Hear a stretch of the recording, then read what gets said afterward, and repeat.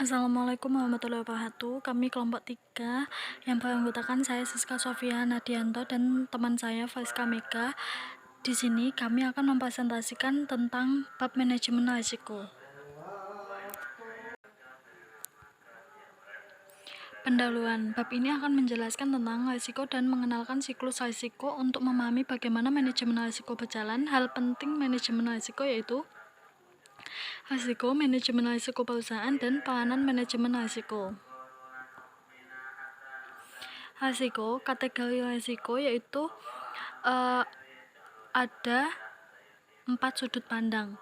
Yang pertama, risiko dari sudut pandang sumbernya, yaitu ada risiko internal dan eksternal.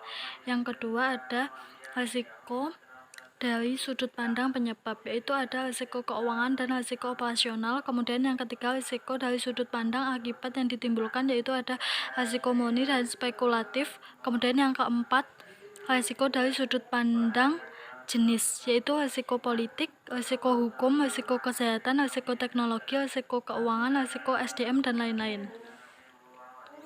Kemudian manajemen risiko, dasar-dasar manajemen risiko yaitu identifikasi risiko, penilaian risiko, dan prioritas risiko, dan perencanaan respon. Yang kemudian yang keempat, pemantauan risiko.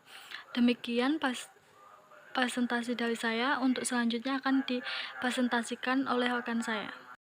Di sini saya akan melanjutkan presentasi dari Mbak Siska, yaitu Australia atau New Zealand AS atau NZS ISO 31.000 dibanding 2009 risk management. Proses manajemen risiko ada 7, yang pertama konsultasi dan komunikasi, yang kedua menyusun konteks, 3 mengidentifikasi risiko, 4 menganalisis risiko, 5 mengevaluasi risiko, 6 menyatakan risiko, dan 7 yang terakhir yaitu memantau dan meninjau risiko. Next.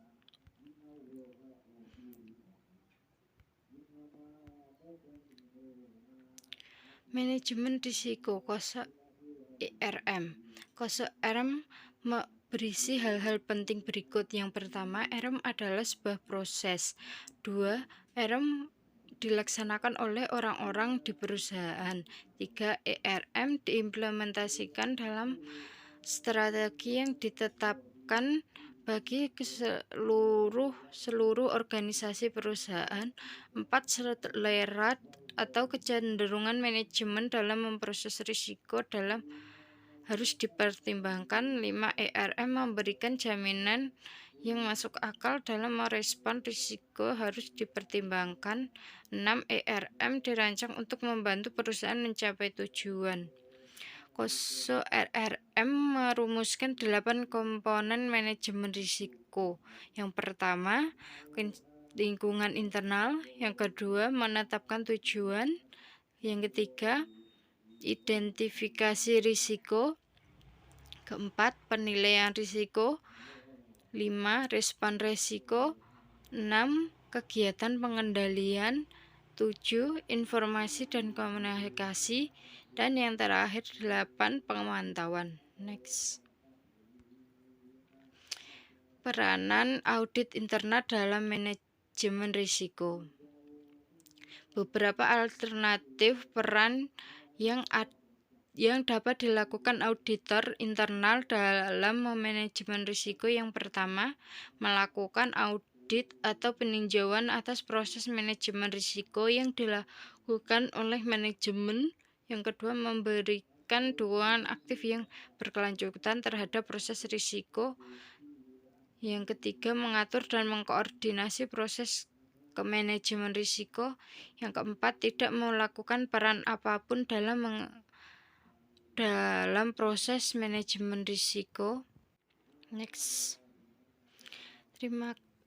Sekian presentasi dari kami. Terima kasih. Apabila ada salah kata, kami mohon maaf. Wassalamualaikum warahmatullahi wabarakatuh.